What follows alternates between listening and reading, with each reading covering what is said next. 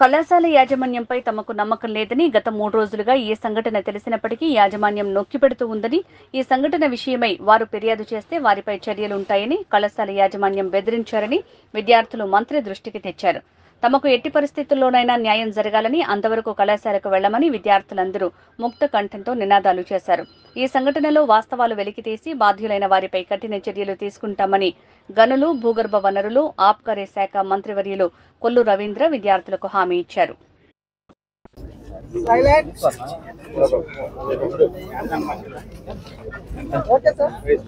అందరికీ నమస్కారం.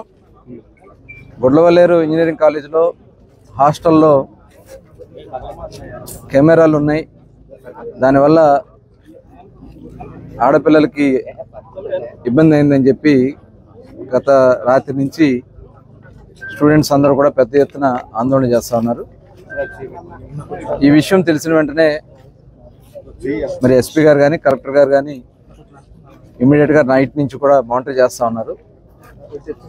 అట్లాగే గౌరవ ముఖ్యమంత్రి గారు చంద్రబాబు నాయుడు గారికి దృష్టికి వెళ్ళిన వెంటనే మమ్మల్ని అందరినీ కూడా ఇక్కడికి మరి జిల్లాకు సంబంధించినటువంటి మంత్రిగా నన్ను, అలాగే శాసనసభ్యులు పెడన కాన్స్టిట్యున్సీ కృష్ణప్రసాద్ గారిని, అలాగే పామర్ కాన్స్టిట్యున్సీ శాసనసభ్యులు కుమార్ రాజా గారిని, మాజీ శాసనసభ్యులు రా వెంకటేశ్వరరావు గారిని, అలాగే మాజీ పార్లమెంట్ సభ్యులు కొనకళ్ళ నారాయణరావు గారిని, అలాగే కలెక్టర్ గారు, ఎస్పీ గారు అందరూ కూడా ఇక్కడ రావడం జరిగింది.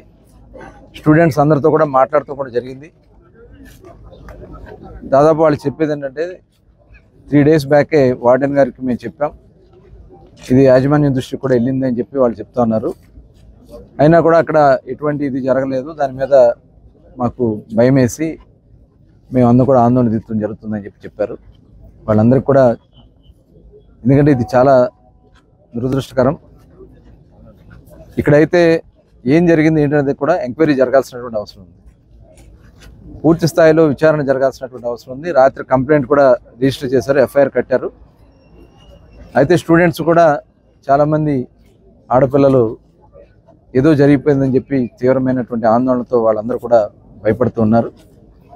దీని మీద పూర్తి స్థాయిలో విచారణ చేయాలని చెప్పి ఇమ్మీడియట్గా ఆల్రెడీ 5 ఆడ లేడీ కానిస్టేబుల్స్తో, అలాగే లేడీ సిఐలు, డిఎస్పీ గారు, ఎస్ఐల్ని, ఐటీకి సంబంధించిన వాళ్ళందరూ కూడా ఒక టీం కింద వేసి వాళ్ళతో ఇన్వెస్టిగేషన్ స్టార్ట్ చేయడం జరిగింది.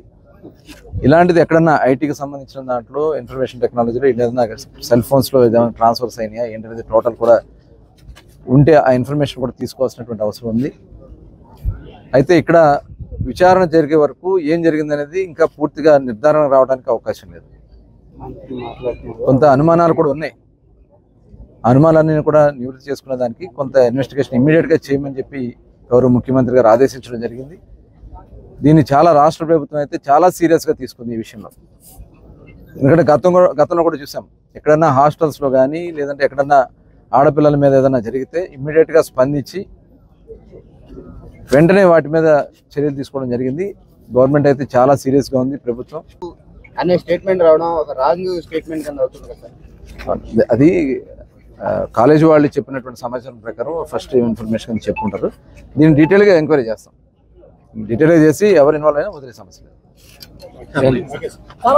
వాళ్ళు అడిగింది దాని క్లారిఫికేషన్గా ఒక సర్క్యులర్ కూడా ఇమ్మని చెప్పి మేము కూడా రిక్వెస్ట్ చేయడం. ఎవరు ఈ కేసులో ఇన్వాల్వ్ అయిన వాళ్ళు తప్ప మిగతా వాళ్ళు ఎవరిని కూడా కాలేజీ యాజమాన్యం ఇబ్బంది పెట్టొద్దని చెప్పి ఒక సర్క్యులర్ తయారు చేసేమని చెప్పడం జరిగింది. హాస్టల్ వార్డెన్ కూడా హాస్టల్లోనే కర్రలు తీసుకుని వెంటబడ్డారు అనేటటువంటి మాట చేద్దాం. అవన్నీ వాళ్ళు చాలా చెప్తా ఉన్నారు, బాధపడుతూ ఏడుస్తూ ఆడపిల్లలు మాట్లాడిన పరిస్థితి ఉంది అనేది. అదే చాలా విషయాలు చెప్పారు. అవన్నీ కూడా ఇన్వెస్టిగేషన్ చేయాల్సిన అవసరం ఉంది. ఎందుకంటే దానికి డిపార్ట్మెంట్ వైజ్గా వాళ్ళు చేయాల్సిన రీతిలో వాళ్ళు చేస్తారు. ఎవరైనా చెప్పలేని వాళ్ళు ఉన్నా మా దృష్టికి తీసుకొచ్చినా ఇమ్మీడియట్గా దాని మీద మేము కూడా సంబంధిత అధికారుల దృష్టి తీసుకెళ్ళి చర్యలు తీసుకుంటాం. సార్, ఇప్పుడు ఎటువంటి వీడియోలు బయటికి రాలేదు, ఎటువంటి వీడియోలు లేవని ఎస్పీ సార్ నుంచి ఒక ప్రకటన వచ్చినట్టు సార్, అది ఎస్పీ గారు ఇచ్చారా? ఇస్తే ఏ ఆధారాలని బేస్ చేసుకుని ఇచ్చారు సార్?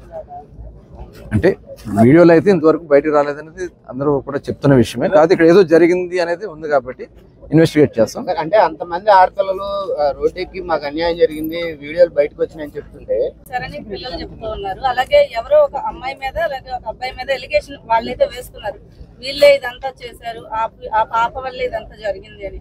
సో వాళ్ళ నుంచి ఏమైనా ఇన్ఫర్మేషన్ మీకు చేస్తారు ఇప్పుడు. ఎందుకంటే ఇప్పుడు ఎవరైతే ఉన్నారో పిల్లలు వాళ్ళు మాట్లాడటం జరిగింది, వాళ్ళతో మాట్లాడినటువంటి సందర్భంలో మేము వాళ్ళని అడిగాం, నేను కూడా అడిగాను స్వయంగానే. అడిగితే వాళ్ళు చెప్పింది ఏంటంటే మాకు డే స్కాలర్స్ నుంచి కాల్స్ వచ్చినాయి, ఏమో మీరు ఏమైనా చూసారా, కెమెరాలు చూసారా లేకపోతే ఏంటని అడిగితే డే స్కాలర్స్ నుంచి కాల్స్ వచ్చినాయి అన్నారు. కొన్ని ఏమైనా వీడియోస్ ఏమైనా చూపించారంటే అవి కూడా ఉన్నాయి అంటున్నారండి అని అన్నారు. కాబట్టి వాళ్ళందరినీ కూడా టోటల్ దీన్ని మొత్తం అంతా కూడా ఇన్వెస్టిగేట్ చేయాల్సినటువంటి అవసరం ఉంది. ఇది చిన్న విషయం కాదు, చాలా సీరియస్గా అయితే ప్రభుత్వం ఉంది. చిన్న విషయం కాదు, ఇది చాలా క్లుప్తంగా. ఎందుకంటే ఇవాళ సోషల్ మీడియాని చూస్తున్నాం, ఐటీని ఎలా కావాలో అలా వాడుకునే టెక్నాలజీలు వాడు చూస్తున్నారు. దానికి మించిన విధంగా మనం దాన్ని ఐడెంటిఫై చేయాల్సినటువంటి అవసరం ఉంది. తప్పకుండా దీంట్లో ఎవరున్నా కూడా వదిలే సమస్య. సార్ హాస్టల్ వార్డెన్లే వాళ్ళు ఏమంటే ఈ విషయం బయటికి పెట్టిన తర్వాత మన యాజమాన్యం నుంచి కూడా ఇబ్బంది పెడుతున్నారు ఉంటాయంటే మరి ఎవరు కూడా అటువంటి సాహసం చేయడానికి అవకాశం లేకుండా ఉంటాయని నేను తెలియజేస్తా ఉన్నాను. అంతేకాకుండా ఈ ఇన్వెస్టిగేషన్ అనేటువంటిది non linear junction detector NLGD అనేటువంటి ఒక ఆపరేటర్స్తో కూడా మేము దీన్ని చేసేదానికి మేము సిద్ధంగా ఉన్నాము. కానీ ఇక్కడ ఉన్నటువంటి సిచ్యుయేషను ఎటువంటి పరిస్థితుల్లో దృష్ట్యా మాకు కొంచెం వెసులుబాటు కల్పించినట్లయితే మీ అన్నీ కూడా మాకు సహకరించినట్లయితే మేము చేయడం జరుగుతుంది. అట్లాగే నిన్న నైట్ అలాగే ఈరోజు మార్నింగ్ కూడా ఒకసారి వెరిఫై చేయడం జరిగింది. అంతేకాకుండా ఈ టోటల్ ప్రెమైసెస్లో కూడా ఎక్కడైనా సరే ఏమైనా కెమెరాస్ ఉన్నాయని ఎంటైర్ క్యాంపస్ని మేము తరువుగా చెక్ చేయడం కూడా జరుగుతుంది. అంతేకాకుండా ఈ యొక్క ఇన్వెస్టిగేషన్ త్వరితగతిన నిన్న ఏదో చెప్తా ఉన్నారు, అంత సమయం పట్టేంత పెద్ద కేసు కూడా కాదు ఇది. ఇమ్మీడియట్గా దీన్ని మా యొక్క స్పెషల్ టీమ్ని ఏర్పాటు చేసి ఈ యొక్క ప్రోగ్రెస్ కేసులో ఉండడమే కాకుండా దీన్ని ఏ రకంగా మేము దీన్ని ఇన్వెస్టిగేషన్ చేస్తున్నాం అనేది కూడా ట్రాన్స్పరెంట్ మేనర్లో కూడా మేము చెప్పడం జరుగుతుంది. మీలో ఎవరైనా సరే మేము స్వయంగా ఈ యొక్క హిడెన్ కెమెరా కానీ లేదా దీన్ని చూసాము అని అంటే ఇప్పుడే స్వయంగా ముందుకు రావచ్చు. నేను అది చూశాను అని అంటే మాత్రం మీకు అది చెప్పండి, మేము అంత నోట్ చేసుకుంటాము. ఎవరికో వార్డెన్ గారికి చెప్పారంటారో వాళ్ళని కూడా మేము ఎగ్జామిన్ చేస్తాము. అంతేకాకుండా ఈ కేసుని ఇమ్మీడియట్గా ప్రోగ్రెస్ కూడా మీ అందరికీ కూడా చెప్పడం జరుగుతుంది. రాష్ట్ర ప్రభుత్వం దీన్ని ప్రత్యేకమైనటువంటి శ్రద్ధతో ఇమ్మీడియట్గా టేకప్ చేసి నన్ను, కలెక్టర్ గారిని, అలాగే మినిస్టర్ గారు కూడా, అలాగే ఎమ్మెల్యే గారు, అలాగే వెంకటేశ్వర గారు వీళ్ళందరూ కూడా వచ్చారు. ఇదంతా కూడా మీ యొక్క కాన్ఫిడెన్స్ని బిల్డ్ చేసేదానికి మేము మీ పక్క ఉన్నాము. ఏదన్నా అన్యాయం జరిగితే మీ అందరూ కూడా న్యాయం జరిగేదానికోసమే మీ ఇక్కడ ఉన్నాము. నాకు కూడా ఆడపిల్లలే, ఈ వయసు ఉన్న వాళ్ళే. కాబట్టి మీరేమీ దీన్ని సందేహపడద్దు. నేను ఎట్లా రియాక్ట్ అవుతానో ఇక్కడికి వచ్చినటువంటి వీళ్ళందరికీ తెలుసు. నేను ఏదైనా ఒక ఉమెన్ ఇష్యూ ఏదైనా వస్తే నేను ఎంత త్వరితగతిన రియాక్ట్ అవుతాను అనేది ఇక్కడ ఉన్న ఎవరైతే వచ్చారో ఈ బీజేపీ మోర్చా వీళ్ళందరికీ కూడా తెలుసు.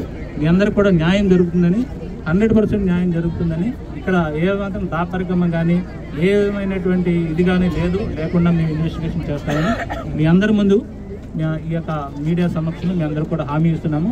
దయచేసి మాకు ఇన్వెస్టిగేషన్ కోఆపరేట్ చేసినట్లయితే మేము దాన్ని ఇమ్మీడియట్గా చేసేదానికి అవకాశం ఉంది.